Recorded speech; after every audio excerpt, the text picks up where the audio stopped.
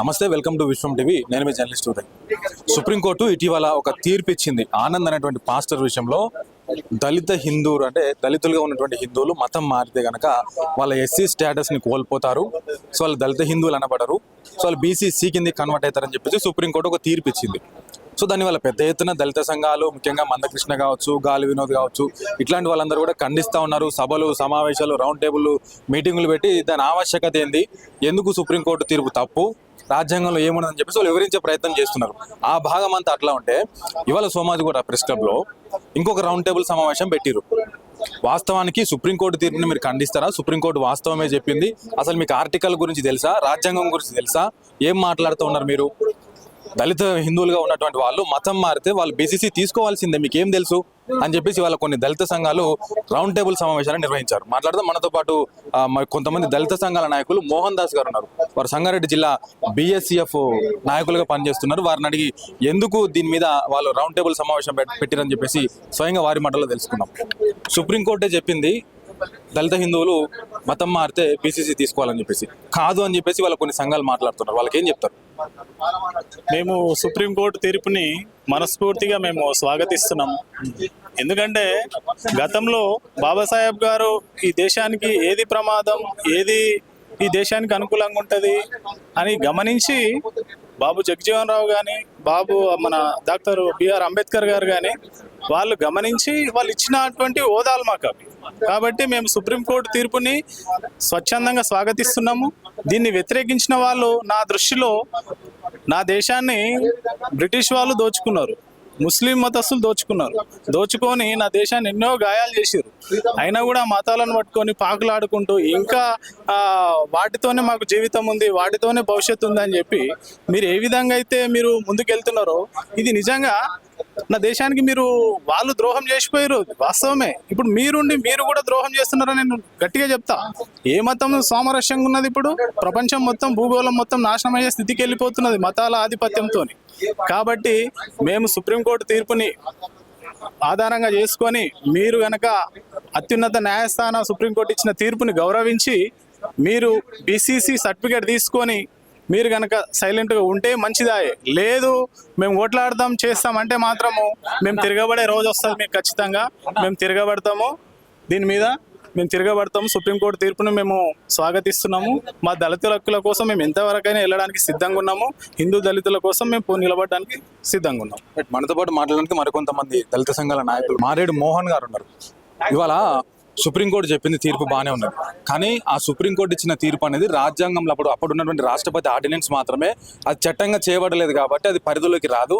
చట్టంగా చేయబడలేదు, పార్లమెంట్లో దాని మీద చర్చ జరగలేదు, అదొక బూటకపు ఇదని చెప్పేసి మాట్లాడుతున్నారు. దానికి మీ సమాధానం ఏంటి? ఒక్కసారి 1950 కాన్స్టిట్యూషనల్ ఆర్డర్ చదవాలి. 1950 కాన్స్టిట్యూషనల్ ఆర్డర్ అనేది అది జియోనో ఆర్డినెన్సో కాదో, అది కాన్స్టిట్యూషనల్ ఆర్డర్, అది ప్రెసిడెన్షియల్ ఆర్డరు. ఎటువంటి విషయాన్నైనా మార్చగలమేమో కానీ ప్రెసిడెన్షియల్ ఆర్డర్ని మార్చలేము. దాన్ని ఈవెన్ కోర్టులు కూడా దాన్ని మార్చడానికి, తొలగించడానికి దానికి కోర్టు కూడా పవర్ లేదు. దాన్ని కేవలం అమెండ్ చేయొచ్చు. అది కూడా ఒక లాజికల్ సెన్స్ మీద మాత్రమే అమెండ్ చేయొచ్చు. కోర్టులో ఆఫ్టర్ లాంగ్ డిస్కషన్ కోర్టులు అన్ని పరిశీలించి అమెండ్ మాత్రమే చేసినాయి. ఈరోజు దాంట్లో ఉన్నటువంటి ఈరోజు కోర్టు కూడా దాన్ని కొత్తగా దాన్ని ఏమి వర్ణించలేదు. ఆల్రెడీ 1950 నుంచి ఉన్నటువంటి దాన్నే అప్హెల్డ్ చేసింది. అంటే అది కరెక్ట్గానే ఉంది, దాంట్లో ఎటువంటి తప్పు లేదు. మతం ఎవరైతే ఎస్సీల నుంచి క్రైస్తవం ఇస్లాంలో స్వీకరిస్తారో వాళ్ళకి ఎస్సీ హోదా ఇవ్వడం కుదరదు. అది కరెక్టే. లోవర్ కోర్టు ఇచ్చినటువంటి జడ్జిమెంట్ కరెక్టే అని చెప్పి మాత్రమే చెప్పింది తప్ప దాంట్లో ఉన్నటువంటి విషయాలు అన్నీ కూడా బాబాసాహెబ్ అంబేద్కర్ గారు ఉండి ఆయన ఆలోచించి ఆయన గ్రహించి పెట్టినటువంటి విషయాలే తప్ప కుట్రపూరితంగానో లేకపోతే అగ్రవర్ణాలు వచ్చేసి పెట్టడమో ఏది చేయడం అనేది తప్పు. మీరు ఒక మాట అర్థం చేసుకోండి. రాజ్యాంగం ఎప్పుడు రాశారు? 1950లో రాజ్యాంగం రాశారు. ఈ ప్రెసిడెన్షియల్ ఆర్డర్ ఎప్పుడు వచ్చింది? 1950లోనే వచ్చింది. ఈ కాన్స్టిట్యూషనల్ ఆర్డర్ ఏదైతే ఉందో, ఇప్పుడు రాజ్యాంగం మొత్తం అంబేద్కర్ గారు రాసినప్పుడు ఈ యొక్క ప్రెసిడెన్షియల్ ఆర్డర్ మాత్రం అంబేద్కర్ గారు రాయారా? అప్పుడు ఆయన హోదా అయిందో తెలుసా? న్యాయశాఖ మంత్రి. ఆయన మాట తెలియకుండా న్యాయశాఖ మంత్రంలో ఒక పేపర్ కూడా కదలదు, ఒక పెన్ను మీద ఒక ఫుల్ స్టాప్ కూడా పెట్టలేదు. ఆయన సంతకం లేనిది అది కాదు. మరి ఎట్లాంటిది? ఆయన ఉండగా ఆయనను కాదని చెప్పి దొంగతనంగా పెట్టేంత సీన్ ఉందా? అంత ఛాన్స్ ఉందా? ఆయన రచించినటువంటి పుస్తకాలలో doctor writings and speeches of doctor అంబేద్కర్లో వాల్యూమ్ 17లో క్లియర్గా ఉంది. ఏమనుందంటే మతం మారినటువంటి వాళ్ళు ఎవరైతే ఉన్నారో జాతి వ్యతిరేకులుగా తయారవుతారు, ఇస్లాం క్రైస్తవం స్వీకరిస్తే స్పెసిఫిక్గా చెప్పారు ఆయన. కాబట్టి నా బిడ్డలు జాతి వ్యతిరేకులుగా మారడం నాకు ఇష్టం లేదు. కాబట్టి దళితులకు ఎవరైతే మతం మారుతారో వాళ్ళు సిక్కు మతంలోకి పోతారో వాళ్ళకు కూడా రిజర్వేషన్ ఇవ్వండి అని చెప్పి ఆయన సొంత భావంతో, అక్కడైతే ఫోర్స్ ఉండదు కదా, ఆయన సొంత రచనలు ప్రసంగాలు ఆయన రాసుకోవడం జరిగింది. నేను చూపిస్తా రిఫరెన్స్, వాల్యూమ్ 17లో వాల్యూమ్ 1లో ఉంది. ఇక్కడ ఇంకో ప్రశ్న, మీరు ఎందాక ప్రెసిడెన్షియల్ ఆర్డర్ అన్నారు కదా, ప్రెసిడెన్షియల్ ఆర్డర్ అనేది చట్టంగా మారాలి అంటే ప్రెసిడెన్షియల్ ఆర్డర్ ఏది వచ్చినా కూడా కేవలం 6 నెలల వరకే దానికి సమయం ఉంటుంది. 6 నెలలు దాటిన తర్వాత చట్టంగా లేకపోతే దానికి వాల్యూ ఉండదని చెప్పేసి వాళ్ళు మాట్లాడుతూనే, ఇవాళ మీరు ఎందాక అన్నట్టు అంబేద్కర్ గారు లేకుండా పెన్ను పేపర్ కూడా కదలదని చెప్పారు కదా, కానీ అప్పుడున్నటువంటి కొంతమంది బ్రాహ్మణవాదుల వల్లనే ఇదంతా జరిగిందని చెప్పేసి మందకృష్ణ మాదిగ అంటున్నారు. వారికి మీ సమాధానం ఏంటి? ఇప్పుడు రిజర్వేషన్స్ అనేటివి వచ్చినప్పుడు బ్రాహ్మణవాదులు లేరా? ఉన్నారు కదా. రిజర్వేషన్స్ ఒప్పుకున్నటువంటి బ్రాహ్మణవాదులు లేదా వాళ్ళు ఒప్పుకునడమే ఉంది. బాబా అంబేద్కర్ గారు పోరాడి తీసుకొచ్చారు. అదే బాబాసాహెబ్ అంబేద్కర్ గారిని కాదని ఈ బ్రాహ్మణవాదులందరూ ఈ యొక్క 1950 కాన్స్టిట్యూషన్ ఆర్డర్ రాజ్యాంగ ఉత్తర్వులు తీసుకొచ్చేంత ధైర్యం ఉందా? లేదు కదా. వారిని కాదని తెచ్చేంత పరిస్థితి లేదు. ఇంకోటి ఆయన అఫీషియల్లీ హీస్ ది బాస్ ఆ టైంలో. నేను అదే చెప్తున్నా, టెక్నికాలిటీ అర్థం చేసుకోండి. ఇంకోటి మీరు అన్నారు 6 months ఉంటుందని. Jio is different thing. Jio వేరే, ఆర్డినెన్స్ వేరే, ఇది రాజ్యాంగ ఉత్తర్వులు వేరే. రాజ్యాంగ ఉత్తర్వులు అనేది పర్మనెంట్ బేస్. దీన్ని కదిలించాలి, దీన్ని మార్చాలంటే మళ్ళీ పార్లమెంట్, మళ్ళీ మీరు పార్లమెంట్ నుంచి అమెండ్మెంట్ రావాల్సిందే. పార్లమెంట్లో అమెండ్మెంట్ వచ్చినా మళ్ళీ సుప్రీంకోర్టులో ఛాలెంజ్ చేయొచ్చు. అదంతా పెద్ద ప్రొసీజర్. కాబట్టి అంత గట్టిగా ఉండాలని నేను ఏమంటున్నా, బాబాసాహెబ్ అంబేద్కర్ గారి పర్యవేక్షణలో జరిగింది ఇది, ఆయన కాదని జరగలేదు. అందుకే 1956లో దీనికి పరిష్కారంగా బాబాసాహెబ్ అంబేద్కర్ గారు సిక్కులకు కూడా దర్వాజాలు ఓపెన్ చేశారు ఎస్సీ హోదా ఇవ్వడానికి. ఆయన బతుకున్నప్పుడే జరిగింది మరి అది కూడా. అది మరి అప్పుడే బుద్ధిస్టులకు ఎందుకు ఇవ్వలే మరి? ఎందుకంటే బౌద్ధ మతంలో కులం అనేది ఉండొద్దు అని ఆయన కోరుకోరు కాబట్టి బుద్ధిస్టులకు ఇవ్వలేదు. కానీ తర్వాత కాలక్రమేణా భారతీయ మూలాల్లో ఉన్నటువంటి ఈ కులం అనేటటువంటి అంశానికి గుర్తించి మళ్ళీ విపి సింగ్ గారి ప్రభుత్వం 1990లో బుద్ధిస్టులను కూడా యాడ్ చేసింది. కానీ ఇస్లాం క్రైస్తవంలో కులం అనే కాన్సెప్ట్ లేదు. యూనివర్సల్ బ్రదర్హుడ్ అనేది వాళ్ళకే ఉంది తప్ప ఇతరులతో లేదు. పోనీ ఉంది అని అనుకుంటే కనుక వాళ్ళ చర్చ్, వాళ్ళ వాటికన్ సిటీ కానీ, పోనీ వాళ్ళ ఖలీఫా సభ్యులు కానీ, పోనీ ఇస్లామిక్ దేశాలు కానీ, పోనీ ఇస్లామిక్ ఈ మధ్య ఇస్లామిక్ నాటో ఒకటి పెట్టుకుని వీళ్ళు ఏమైనా ఒప్పుకుంటారా మా దాంట్లో కూడా కులం ఉందని? మతాలు మార్చేటప్పుడేమో మీ దాంట్లో హిందూ సమాజంలో కులం ఉంటుంది, వివక్షతలు ఉంటాయని చెప్పారు. సరే, ఓకే, ఒప్పుకుంది, వాస్తవం. హిందూ సమాజంలో తప్పిదం జరిగింది కాబట్టి రిజర్వేషన్ అనేటటువంటి ఒక నష్టపరిహారం మనకు వచ్చింది. కానీ ఈరోజు మతం మార్చేసుకున్న తర్వాత రిజర్వేషన్స్ అనే అంశానికి వచ్చేసరికి మాత్రం మా దగ్గర కూడా అంటరాంతరము అస్పృశ్యత ఉందంటుంటే ఇది ఎంతవరకు కరెక్టు? Double standard. రెండు మీరే మాట్లాడతారా? అటు మీరే మాట్లాడతారు, ఇటు మీరే మాట్లాడతారా? నేను మాట సూటిగా అడుగుతున్నా బ్రదర్. సరే, మీరు అంటారు కదా కులం ఆధారికంగా మతానికి సంబంధం లేదు, కులం పరంగా మనం అందరం ఒకటే అని. నా కంచంల పొత్తు అంటే నా రిజర్వేషన్ల పొత్తు నీకు ఇస్తా. మరి నీ మతంలో ఉన్నటువంటి లక్షల ఎకరాల వక్ భూములు, చర్చిలో ఉన్నటువంటి 100 ఎకరాల 1000 ఎకరాల చర్చ్ భూములు మరి మాకు అంచతరం వేసి హిందూ దళితులకు మీరు మరి దాన్ని వంచుతా అంటే చెప్పండి, మేము దీంట్లో కూడా పొత్తిస్తాం. ఏమంటారు? అది సాధ్యం కానప్పుడు ఇది ఎట్లా సాధ్యమవుతుంది? అది కేవలం వక్ భూములు, చర్చ్ భూములు వదిలిపెట్టండి బ్రదర్. కేవలం మైనార్టీ ఎడ్యుకేషనల్ ఇన్స్టిట్యూషన్స్లో రూల్ ఆఫ్ రిజర్వేషన్ ఉండదు. ఒకవేళ ఉన్నా కూడా ఉండదు. ఉన్నా కూడా అనే ప్రశ్నే లేదు, ఉండదు.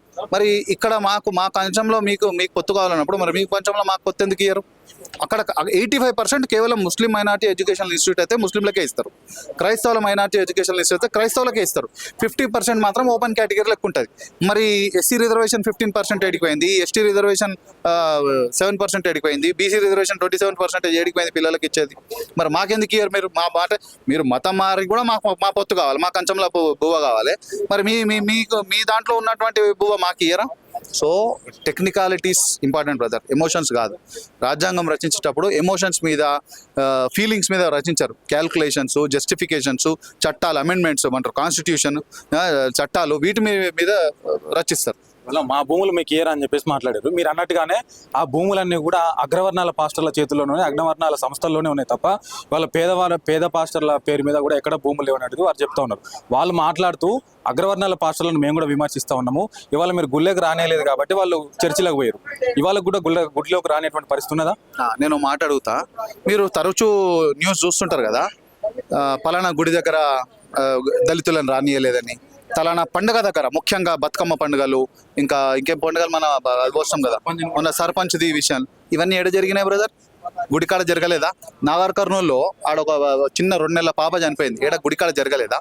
పండుగల కాడ ఫస్ట్ మేము ఓసీలం పోవాలి, తర్వాత బీసీలు రావాలి, తర్వాత ఎస్సీలు రావాలి అని చెప్పి బతుకమ్మ పండుగల టైంలో ఇంకేదో అది బోనాల కాడ అమ్మవారి గుడి కాడ బెల్లం అన్నం అది పెట్టేటప్పుడు ఇక్కడ వివక్షత అనేది ఎస్సీలు కాదా ఎదుర్కొంటుంది? క్రైస్తవులు వచ్చే మన గుళ్ళకాడ బోనాలు ఎత్తుతురా, క్రైస్తవులు వచ్చే మన గుళ్ళకాడ టెంకాయలు కొడుతురా, క్రైస్తవులు వచ్చే మన గుళ్ళకాడ మాకు అంటరంతనం అనుభవిస్తురా? వాళ్ళు రానే రారు భయ్యాడికి, వాళ్ళు రానే రారు, వాళ్ళకి అంటరంతనం అక్కడ అంటుకోదు, వాళ్ళకి ఎదురే పడదు. వాళ్ళు సామాజికంగా బంధాన్ని తెంపుకొని ఈ మతాన్ని పూర్తిగా వదిలేసి ఇంకో మతానికి పోతురు, సామాజిక బంధాన్ని తెంపుకుంటారు, ఇక్కడ కుటుంబ వ్యవస్థను తెంపుకుంటారు. వాళ్ళకి అంటరంతనం ఎట్లా వర్తిస్తుంది బ్రదర్? ఒకవేళ మీకు అక్కడ వర్తిస్తుందని మీరు నిజంగా భావిస్తుంటే గనక మీ పోరాటం ఎక్కడ చేయాలా? అక్కడ కదా పోరాటం చేయాల్సింది. మీరు మరి అక్కడ పోరాటం చేసి వదిలిపెట్టేసి అక్కడ మాత్రం మేమంతా సమానం అని చెప్పి ఒక దిక్కు మతాలు మార్చుకుంటా, ఇంకో దిక్కు పోరాటం చేయాల్సిందేమో హిందువుల వచ్చి పోరాటం చేస్తే, అది కూడా దళిత హిందువుల మీద పోరాటం చేస్తే ఎంతవరకు న్యాయం అంటున్నా? ఇవాళ వాళ్ళు కూడా ఒకటే ప్రశ్న అడుగుతున్నారు. ఈ కుమ్మేరఘట్టంలో చనిపోయినది గుడి దగ్గర అయింది కదా, గుడి దగ్గర వివక్ష ఉంది కాబట్టి మీరు ఈ మతంలోకి రారి, సర్పంచ్ నీకు గుళ్ళోకి రానిలే కదా, ఆ సర్పంచ్ నువ్వు ఈ మతంలోకి రా అని చెప్పేసి వాళ్ళు అడుగుతున్నారు. మీ దగ్గర వివక్ష ఉన్నది మేము కళ్ళారా చూస్తున్నాం కదా, మా గుళ్ళ కోసం మిమ్మల్ని ఒకటి ఆపడబాయి, నువ్వు గుళ్ళకి రా అని చెప్పేసి వాళ్ళు అడుగుతున్నారు కదా. ఇప్పుడు ఆడ వివక్ష ఉంది కాబట్టి మా దాంట్లోకి రండి అనేదానికి, మా దాంట్లో కూడా వివక్ష ఉంది అనేదానికి రెండింటికి డిఫరెన్స్ లేదా? రెండింటికి కొల్లైడ్ అయితే లేవా? అంటే విరుద్ధంగా లేవా రెండు స్టేట్మెంట్స్? నువ్వు నీ దాంట్లో కూడా వివక్షత ఉంది అన్నప్పుడు వాడిని ఎట్లా ఏలెత్తి చూపిస్తావు? పోనీ వాడిని ఏలెత్తి చూపిస్తున్నావు అన్నప్పుడు మరి నీ దాంట్లోకి రమ్మని ఎట్లా అంటావు? రెండు విరుద్ధంగా లేవా? నువ్వు నా గుళ్ళకి రా, ఆడ వివక్ష ఉంది, మా మతం తీసుకోండి అని నువ్వే అంటున్నావు. ఇంకో దిక్కేమంటున్నావు, నీ మతం వాళ్ళే మా మతంలో కూడా అంటరంతరం ఉంది, మమ్మల్ని కూడా చర్చలకు రానియరని అంటున్నావు. ఈ రెండు విరుద్ధంగా లేవా అంటున్నా. సో కింద పడ్డానాదే మీద పడ్డానాదే అంటే అది అన్యాయం, తప్పు. అది మీరు మాట్లాడే విధానమే తప్పు. ఏమంటే రాజ్యాంగాన్ని గౌరవించాలి. రాజ్యాంగం, నేను అదే అంటున్నా, చట్టం ఫ్రేమ్ చేసేటప్పుడు క్యాల్కులేషన్స్, ఏ వర్గం ఎంత ముందుకు పోతుంది. బీసీలు వెనుకబడలేదా? బీసీలకు ఇచ్చే రిజర్వేషన్, మనమంతా హిందువులమే, బీసీ రిజర్వేషన్ మాకేంటంటే బీసీలు ఊకుంటారా బై, ఎస్సీలకు ఇస్తారా? పోనీ మనమంతా హిందువులమే, ఎస్సీ రిజర్వేషన్స్ మాకేంటంటే ఎస్సీలు ఊకుంటారా, ఎస్టీలు అడుగుతారు. పోనీ ఎస్టీల రిజర్వేషన్లు మాకేంటంటే బీసీలు ఊకుంటారా? ఇంత అంతర్గతంగానే అందరు మతం అంతా ఒకటే అయినప్పుడే కులం అనేది ఒకరిదానికొకరు ఒప్పుకోనప్పుడు పోనీ మైనార్టీ ఎడ్యుకేషన్ ఇన్స్టిట్యూషన్స్ ఆర్టికల్ 30 ప్రకారం పెడతారు. ముస్లిం మైనార్టీ ఎడ్యుకేషన్ ఇన్స్టిట్యూషన్స్లో 50% క్రైస్తవులకు ఇస్తారా? పోనీ ఇద్దరు కూడా మైనార్టీలే కదా. పోనీ 50% పార్సీలకు కానీ ఇస్తారా? ముస్లింలు పెట్టుకున్నటువంటి మైనార్టీ ఎడ్యుకేషనల్ ఇన్స్టిట్యూషన్స్లో 85% ముస్లింలకే సీట్లు ఇస్తారు. ఉదాహరణ డెక్కన్ కాలేజ్. క్రైస్తవులు అయితే దునియా ఉన్నాయి, ఇక మీకు సెయింట్ ఆల్ఫాన్స్ అని అదని ఇదని మనకు పేర్లు అనే అనేకం ఉన్నాయి. వాళ్ళు ధనిక దేశాలు కాబట్టి చాలా ఉన్నాయి. వెల్లోర్ ఎడ్యుకేషనల్ ఇన్స్టిట్యూషన్స్, మన దగ్గర సెంట్ తెరీసా ఎడ్యుకేషనల్ ఇన్స్టిట్యూషన్స్ చాలా ఉన్నాయి. వాళ్ళ దాంట్లో పోనీ ముస్లింలకు 50 సీట్లు ఇవ్వండి, మా సంగతి వదిలేయండి బై. ముస్లింలకు మీరు మైనార్టీ ఒకటే కదా, మరి మీరు ఇవ్వండి చూస్తా. పోనీ మీ మైనార్టీ కార్పొరేషన్స్ మా ఎస్సీ హిందువులకు మాకు ఇవ్వండి, లోన్లు ఇవ్వండి, ఇస్తారా? ఇయ్యరు కదా. పోనీ మైనార్టీ కమిషన్ ఉంది కదా, మైనార్టీ కమిషన్లో ఏమంటారు, మనమంతా కులపరంగా ఒకటే అంటారు కదా, మరి మా ఒక ఎస్సీ హిందూకు మైనార్టీ కమిషన్ ఇవ్వండి, ఇస్తారా? ఏమవుతుంది? కిచిడి వండినట్టు ఉంటుంది. కాబట్టి అట్లా కాదు, రాజ్యాంగం అనేది ఒకరికొకరు విభేదాలు రావద్దన్న ఉద్దేశంతో బక్కగున్నోనికి ఒక ముద్ద ఎక్కువ పెట్టింది, లావుగున్నోనికి ఒక ముద్ద తక్కువ పెట్టింది. మీరు ఇది అర్థం చేసుకోకుండా మాకు మత స్వేచ్ఛ లేదా అంటే ఆర్టికల్ 25లో సబ్ క్లాస్ బి, ఆర్టికల్ 25 చదివారు కానీ ఆర్టికల్ 25 సబ్ క్లాస్ బి చదవండి ఒకసారి, ఆర్టికల్ 15 పూర్తిగా చదవండి, ఆర్టికల్ 16 పూర్తిగా చదవండి. రిజర్వేషన్ చేయడానికి ఏ చట్టాలు అడ్డం రావు. రిజర్వేషన్ అనేది స్పెషల్గా చేయడానికి మతం అనేటటువంటి విషయం ఎప్పుడన్నా అడ్డం వస్తే అవసరమైతే దాన్ని కూడా పక్కన పెట్టాలి, మత స్వేచ్ఛను కూడా పక్కన పెట్టాలి అనేది ఆర్టికల్ 25 సబ్ క్లాస్ బిలో ఉంది బ్రదర్. చదవండి, నేను చెప్తున్నా కదా, పోయి చూడండి. మీరు సోషల్ వెల్ఫేర్ స్కీమ్స్ చేయడానికి ఎప్పుడు మతం అనే విషయంలో అవసరమైతే దాన్ని కూడా పక్కన పట్టించి వెనకబడ్డ వర్గాలకు అవకాశం ఇవ్వాలి. వాళ్ళ అంబేద్కర్ గారు బతుకున్నప్పుడే సిక్కు మతం వాళ్ళు కూడా మారితే రిజర్వేషన్ ఇవ్వాలనేది ఉన్నది. అయితే బౌద్ధం నుంచి మారేదాని విషయానికి వస్తే 1990 సంవత్సరంలో వాళ్ళకి అధికారికంగా వచ్చింది. ఎవరు బౌద్ధులు కూడా ఎస్సీలకు మారితే, అంటే బౌద్ధులు ఎస్సీలు కూడా బౌద్ధ మతంలో పోతే ఎస్సీ స్టేటస్ అని చెప్పేసి. కానీ వాళ్ళు చెప్తున్నది ఏంటి అని అంటే, అంబేద్కర్ గారు ఆ రోజుల్లో బౌద్ధ మతంలోకి పోయింది కాబట్టి ఆయనకు అప్పుడు ఎస్సీ స్టేటస్ లేదు. ఈ లెక్కను చూస్తే అంబేద్కర్ ఎస్సీయా కాదా? అంబేద్కర్ గారు ఎస్సీ అనేటటువంటి స్టేటస్ నాకు వద్దు అనుకునే పోయారు బ్రదర్. ఆయన అంతరంగాన్ని చదవండి, ఆయన పుస్తకాలు చదవండి. ఈ హిందూ సమాజంలో ఉన్నటువంటి కులం అనేటటువంటి ఈ స్టేటస్ నాకు వద్దు, కులమే లేనటువంటి దాంట్లకు, అది కూడా భారతీయ వాదానికి దగ్గరగా ఉండేది, సత్యానికి నిజానికి దగ్గరగా ఉండేదాన్ని నేను పోవాలని చెప్పి కోరుకున్నారు. కాబట్టి అంబేద్కర్ గారు 100% బౌద్ధాన్ని స్వీకరించిపోయారు. ఇదే అంబేద్కర్ గారు ముందు సిక్కు మతంలోకి పోవాలనుకుని ప్రయత్నం చేశారన్న విషయం మీకు తెలుసా? సిక్కు మతంలో ఉన్నటువంటి కొన్ని సమస్యల కారణంగా, ఆనాడు కాంగ్రెస్ పార్టీలో జరిగినటువంటి కొన్ని అంతర్గత రాజకీయాల కారణంగా సిక్కు మతాన్ని స్వీకరించకుండా బౌద్ధ మతం స్వీకరించారు. బౌద్ధంలో కేవలం కులరహిత బౌద్ధం అనేది ఒకటే కారణం కాదు, ఇంకా చాలా గుణాలు ఉన్నాయి. కాబట్టి బౌద్ధాన్ని స్వీకరించారు అంబేద్కర్ గారు.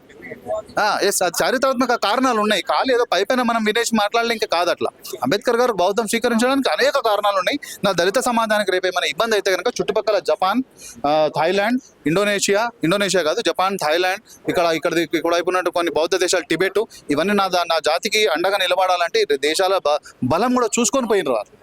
స్ట్రైట్ ఫార్వర్డ్గా వాళ్ళు ఒకటే చెప్తున్నారు, మాకు ఎస్సీ స్టేటస్ వచ్చేంత వరకు మేము వదిలిపెట్టే ప్రసక్తి లేదు, ఖచ్చితంగా ఆర్డినెన్స్ కానీ చట్టం కానీ లేదా మన సుప్రీంకోర్టు నుంచి తీర్పు వచ్చే వరకు మేము వదిలిపెట్టాము, ఎంతవరకైనా ఉద్యమం చేస్తామంటారు. స్ట్రైట్ ఫార్వర్డ్గా ఒకటే మాటలో వాళ్ళకి ఏం చెప్తారు? 100% మీరు వదిలిపెట్టకపోతే మేము కూడా వదిలిపెట్టాము.